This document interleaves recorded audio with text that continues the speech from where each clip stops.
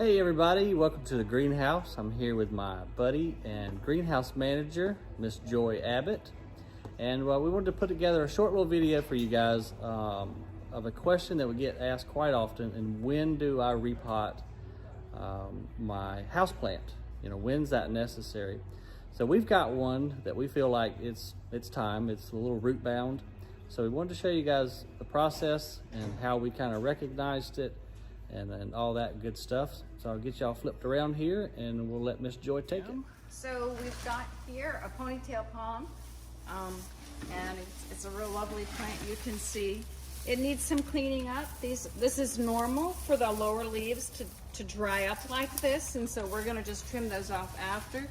But first of all, we were looking at this plant, and you can see that the roots have grown right out of the pot on this plant. Oh yeah, they're just popping out all over. So that's one sign. So if we pull the pot off, which if we can, and sometimes you actually have to trim these off before, yeah. We didn't get the pot off before, did we? No, we didn't, but we knew it was root bound. And I also, another thing too, I can actually feel the roots. Yeah, you can. Through there, so it's packed in there. Sometimes the pots will be on so hard you gotta cut them. And I think it's gonna cut. There it goes. You're strong. Right. Oh, look at that. Yeah. That is just matted. Just massive roots. Solid.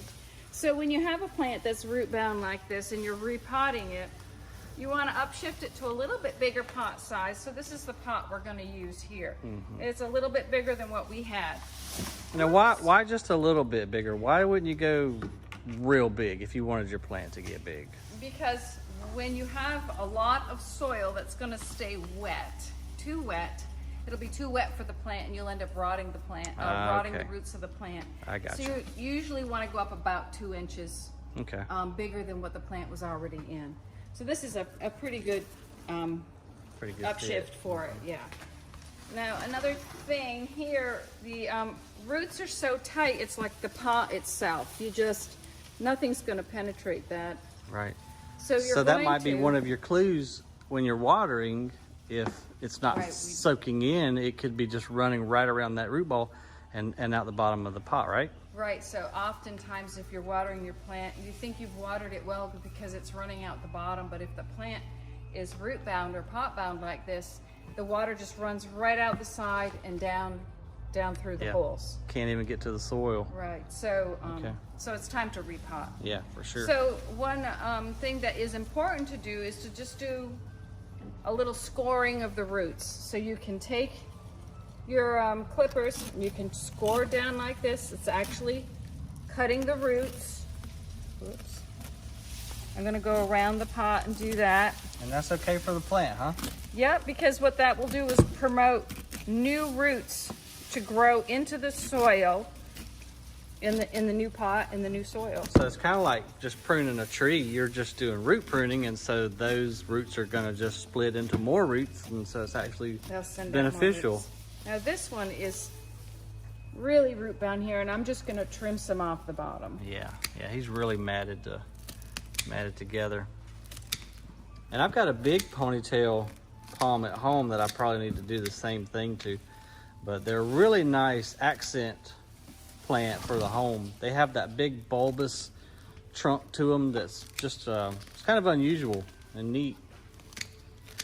So you really can tell there, like, you know, it's semi-soft there, but the water still can't get to it because the roots have just created a barrier. It's dry here and moist over here. So when it was watered, it didn't all get through. Yep. Okay, so after you've got the roots loosened up here, now we're going to add some fresh soil for this plant. And I've got here the Happy Frog mix, which we use for just about everything because it's a very, very good, well-drained soil. Even though it's not a succulent, but it's a plant that likes to be, once it's watered, to be allowed to dry out. So this soil will accommodate it.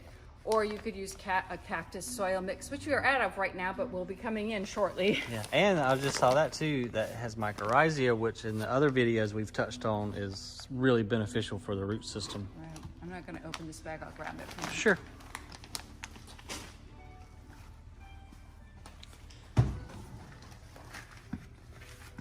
So I'm going to put some soil in the bottom to start with.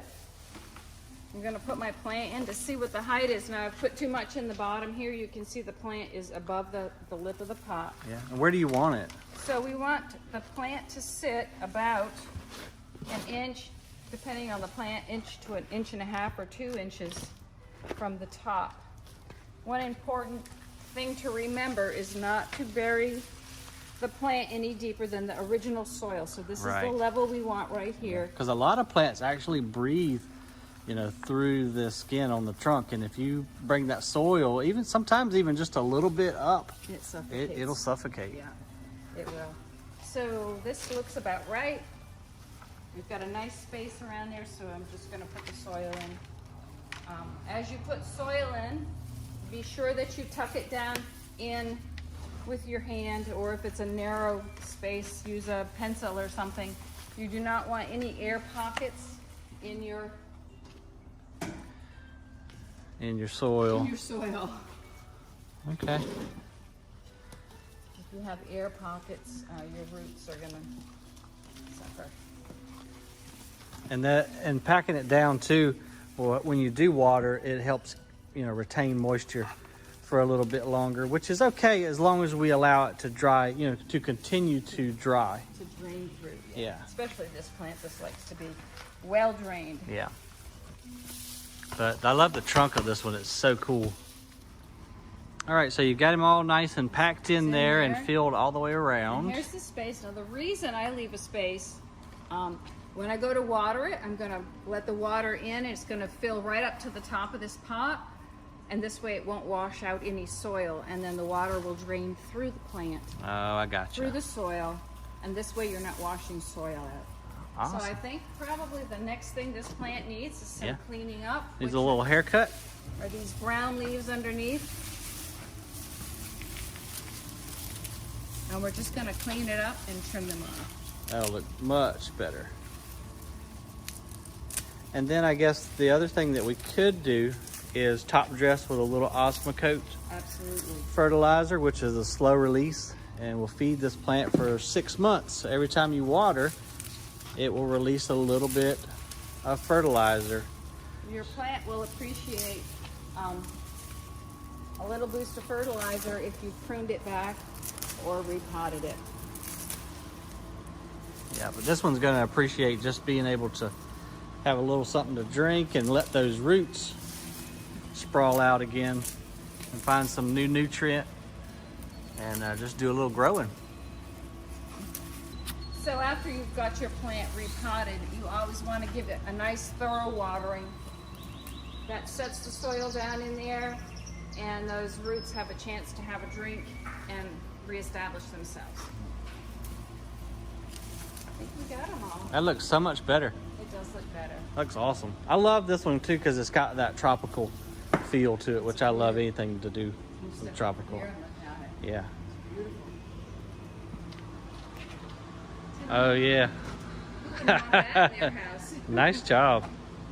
That's fantastic. Super.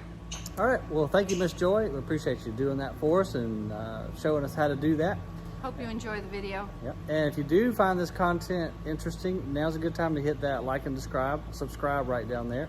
So you can hit the little bell too, and that'll notify you of future videos, which hopefully will have a lot more to come. So thanks, guys. All right, bye.